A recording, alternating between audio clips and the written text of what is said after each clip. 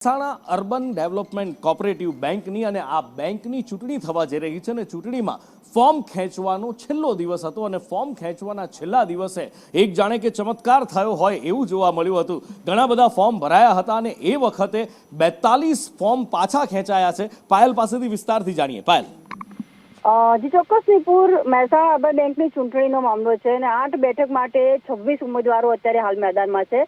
Form પરત ખેંચવાનો આજે અંતિમ દિવસ હતો અને આજે 42 ફોર્મ જેટલા જે પરત ખેંચવામાં આવ્યા છે।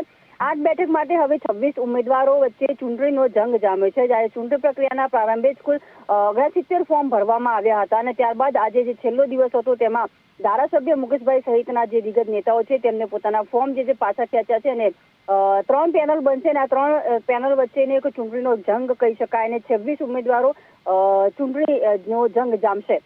3 તારીખે ચૂંટણી છે અને 4 તારીખે કહી શકાય તેનું પરિણામ છે। ત્યારે અત્યારે હાલમાં રાજકીય માહોલ ગરમાયો છે।